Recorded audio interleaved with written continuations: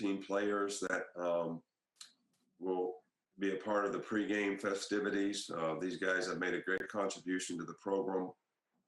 Their record is 45-4 in the last 4 years with the national championship in 2017 and the SEC championship in 2018.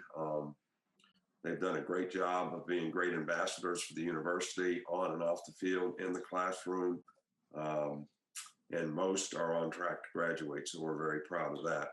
On a sad note, our thoughts and prayers are out to the family and friends of Roddy Harrell, who, was a walk-on player here, a linebacker from 09 to 12.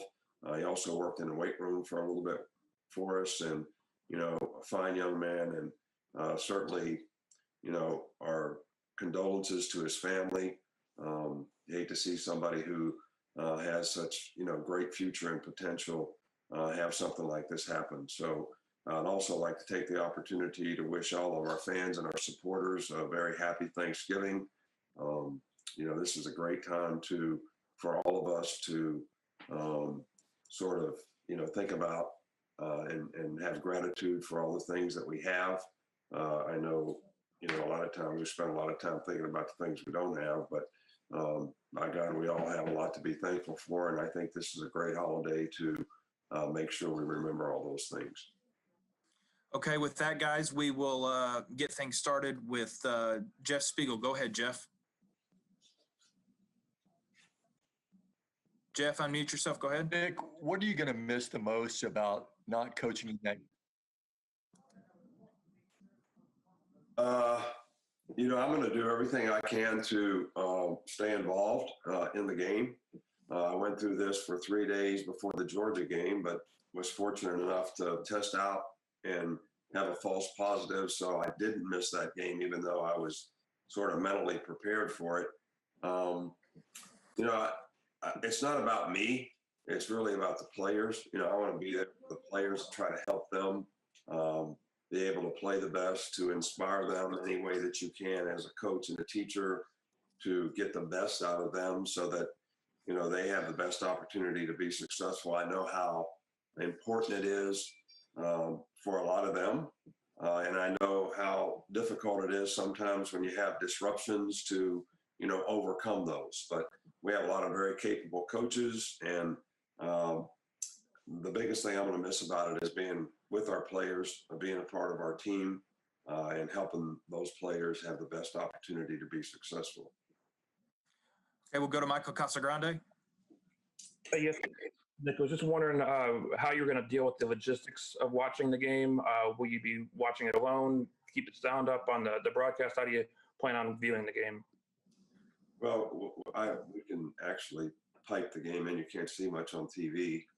So, we'll get the same, I'll have the same feed that, we take of the game, which is the film that we watch on Sunday. So I'll be able to see a little bit more what's happening, kind of like if you're in the press box type of thing. So I can't really have any communication during the game or at halftime. So, we'll do the best we can to try to analyze what's happening and see if there's any way that we could, be of some kind of use. But I have confidence in our coaches and our players that, they'll be able to do what they have to do. I mean, we all got to live with the consequences of what happens, whether I'm standing there or not. So that's something I hope everybody realizes. Okay, we'll move next to Aaron Suttles with The Athletic. Nick, in terms of great defensive minds that you've worked with or have gone against, what specific challenges does a Kevin Steele defense present? Well, I think, Kevin is just a really sound, fundamental. You win with execution. So their players really do a good job of executing whatever it is they do. They make really good adjustments to take away what you're trying to do. And the players play hard, and they play with a lot of toughness. So, and I think those are, all signs of, Kevin's leadership. But it's always a challenge to play against them, that's for sure. And I'm sure it won't be any different Saturday. Okay, we'll go to Dennis Dodd with CBS. Nick, you took in Steve Sarkeesian as an analyst at a kind of down low point in his career. How has he remade himself as a coach to the point that, you know, you're kind of trusting him at this point? Well, I mean, Sark has done a wonderful job. I mean, he did a wonderful job when he was here as an analyst. Went on to do what I thought was a pretty good job in Atlanta as coordinator for the Falcons. We were excited to get him back.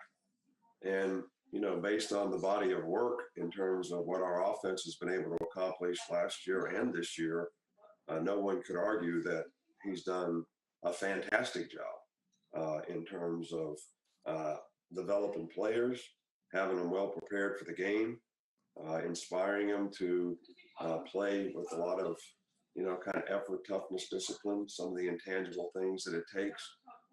We all probably contribute to that. I mean, everybody on the team tries to contribute to that, every coach on the team. But he's done a fantastic job. And I think the body of work really speaks for itself. Okay, we got time for two more. We'll go to Jared Oliver. Hey, Coach, I hope you're feeling better soon. Have you been able to speak to the team about the challenges of 2 straight Iron Bowls, having some major adversity with Tua out with a hip injury last year, and then now this year you won't be on the sideline? Have you had an opportunity to talk to the team about overcoming these challenges? Not specifically for this game. You know, I think we've talked about that when we've lost really good players, you know, when we lose them, how it creates an opportunity for somebody else to step up and play well and create value for themselves. And that's, you know, what we did last year when Tua got hurt and Mac had a chance to step in, not specifically for this game.